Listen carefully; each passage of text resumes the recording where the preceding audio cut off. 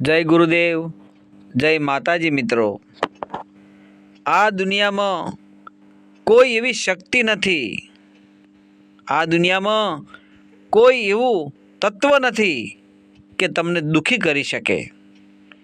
કોઈ ભૂત નથી, કોઈ પલિત નથી, કોઈ પિચાસ નથી, કોઈ આત્મા નથી. આ તમને બ્રહ્મ લઈ જવા માટે, તમને ડરાવવા માટે, તમને અંધારામાં રાખવા માટે આ બધી ખોટી અંધશ્રદ્ધાઓ છે, જે તમને ખોટા બ્રહ્મ લઈ જાય છે. એવા વ્યક્તિઓ કે જે તમારી નબળાઈનો, તમારી પરિસ્થિતિનો ફાયદો ઉઠાવીને તમને અંધારામાં રાખીને એમના ઘર ચલાવે છે. તો તમે જાણો કે એવા તત્વોથી તમે દૂર થઈ જાઓ. તમારા જોડે મોબાઈલ હોય 25,000નો, 5,000નો, 10,000નો, એવા વ્યક્તિઓને કહો કે મોબાઈલ બંધ કરી દે, તો તમે એને ઓળખો. કોઈ શક્તિ એવી નથી કે તમને નડે, કોઈ ભૂત નથી, પલિત નથી. તમને બ્રહ્મ રાખીને તમને બીવડાવી અને તમારા જોડે જે કંઈ હોય લઈ, તમારી પરિસ્થિતિને જોઈ અને લોકો એમના ઘર ભરે છે, તમને અંધારામાં રાખે છે.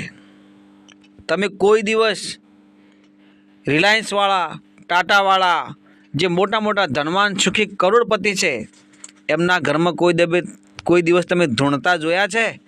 કોઈ દિવસ એમના ઘરે પાટ ઢાળેલા, બાજો ઢાળેલા, દાણા જોવાની રીત રિવાજ આ કોઈ દિવસ તમે જોયું છે? તો ગરીબના જ ઘરમાં માતા નડે, ભૂત પિતાસ નડે, વળગાડ વળગે, નજર લાગે. આ બધું ગરીબ બધા થાય, મધ્યમ વર્ગના માણસોને જ થાય. અમીરને કશું નડતું નથી. નરેન્દ્રભાઈ મોદીને પણ નથી નડતું. સુખી હોય ને ના નડે, દુઃખી હોય ને જ નડે. પણ કેમ? તમે જીવનમાં એક નિયમ બનાવી દો, એક ઉદ્દેશ બનાવી દો. માનો તમારી કુળદેવી માને, માનો તમારા ગુરુદેવને, બાકી દુનિયામાં બધું છોડી દો, બધું મા ઉપર.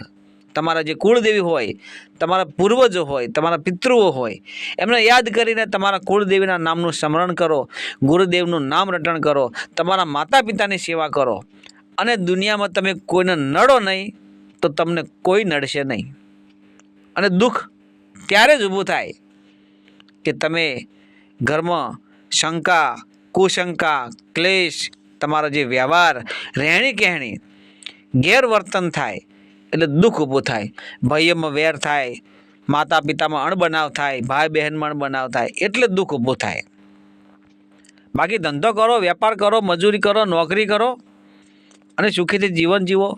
વ્યસન અને ફેશનના ખર્ચાઓ બધા બંધ કરી દો અને પૈસાની બચત કરો તો દુઃખ ના આવે. બમણું થાય, સવાઈ થાય એવો ધંધો કરો અને પ્રગતિ કરો તો દુઃખ ક્યારેય ના આવે. કોઈ દિવસ અચાનક કોઈ એવી બીમારી આવી જાય, કોઈ એવો પ્રસંગ આવી જાય તો તમારે કોઈના જોડે હાથ લાંબો ના કરવો પડે. અને તમે હાથ લાંબો કરો એટલે તમે કોઈના જોડે ઉછીના કે લેણું લ્યો, પછી લેણું વ્યાજ આવે, વ્યાજમાં પછી મૂડી થાય, મૂડીમાંથી પછી સરવાળો કરો એટલે વળી મૂડીનું વ્યાજ વળી મૂડીમાં જતું રહે એટલે ડબલ થઈ જાય. આમ કરતાં કરતાં તમે મૂડી ભરપાઈ ના કરી શકો અને તમે દુઃખમાં ધકેલાઈ જાઓ. દુઃખ આવે પણ દુઃખને ઝીલવા માટે, દુઃખને એને ઝીલો, એને એ સમયને પસાર કરો. દુઃખ ક્યારેય રહેતું નથી અને સુખ પણ ક્યારેય રહેતું નથી. કોઈ પણ પરિસ્થિતિ હોય, બાળપણ હોય, જવાની હોય, બુઢાપો હોય, એક સ્થિર જગ્યાએ ક્યારેય કોઈ રહેતું નથી. સુખ પણ આવે, દુઃખ પણ આવે. એક ચક્રના બે ભાગ છે. જ્યારે સુખનું ચક્ર અડધા પાયામાં પૂરું થાય ત્યારે દુઃખનું ચક્ર પૂરું થઈ જાય છે. મિત્રો, કહેવાનો અર્થ એ છે કે જો તમે દુઃખી તમને કોણ કરશે? તમારા મનના વિચારો, તમારી પરિસ્થિતિ, તમારા નકારાત્મક વિચારો, તમારી સંગત, તમારી જે આજુબાજુના તત્વ નેગેટિવ હોય એને દૂર કરી દો તો તમે સુખી થઈ જશો. તમે કોઈ એવા માણસો જોડે ઉઠક બેઠક રાખો કે જે લોકો વેપાર કરતા હોય, જે લોકો આગળ પ્રગતિ કરતા હોય, જે લોકો આગળ વધવા માટે મહેનત કરતા હોય, એવા જોડે તમે ઉઠક બેઠક રાખશો તો તમને પણ એમના જેવા થવાની, તમને ધ્યેય અને તમને લક્ષ્ય પ્રાપ્ત કરવાની તમને કોશિશ અને સારો રસ્તો મળશે. અને જો તમે ખરાબ થવા માગતા હોય, જો તમે બેસી રહેવા માગતા હોય તો તમે ઓટોમેટિક દુઃખી થવાના છો. તમે ભગવાનની આશા લઈને બેઠા હોય, માતાજીની આશા લઈને બેઠા હોય કે હું જીવનમાં કંઈક કરવા માગું છું, પણ હે ભગવાન માતાજી તમે મને મદદ કરો, સહાય કરો. પણ ભગવાન માતાજી પણ તમારી રાહ જોઈને બેઠા હોય કે તું ક્યારે ઘરની બહાર નીકળે. ઘરમાં બેઠા બેઠા હું તને કશું નથી આપવાનો, પણ તું ઊભો થા, ઘરની બહાર તું ડગલું માંડ, એક પગથિયું તારા ઝાંપાથી બહાર મૂક, તો હું તારે સામે આવીને તારી સહાય કરું, મદદ કરું, તને સારો સંકેત બતાવું અને તારે ધંધો, મજૂરી, વેપાર તને મેળવી આપું. પણ તું ઊભો થઈને કંઈક કાર્ય તો કર. ખાલી મારું નામ લેવાથી, મારું સ્મરણ કરવાથી તને કશું નથી મળવાનું. તારે કર્મ કરવું પડશે. કર્મ વગર ફળ નહીં મળે. તો તમે દુઃખી એટલા માટે થાઓ છો કે તમે કોઈ કર્મ નથી કરતા, તમે કોઈ ધર્મમાં નથી, અને ખોટી ભય, ભ્રમણા અને ખોટા વિચારોમાં જો તમે ભ્રમ્યા કરશો તો આવા ઠગો, આવા ધોતારો તમારા ઘરને લૂંટી લઈ અને તમને અંધશ્રદ્ધામાં લઈ તમને બરબાદ કરી નાખશે. બાકી દુનિયામાં કશું કોઈને નડતું નથી. નડે છે તમારા વિચારો અને તમારી જે મંદ બુદ્ધિ હોય.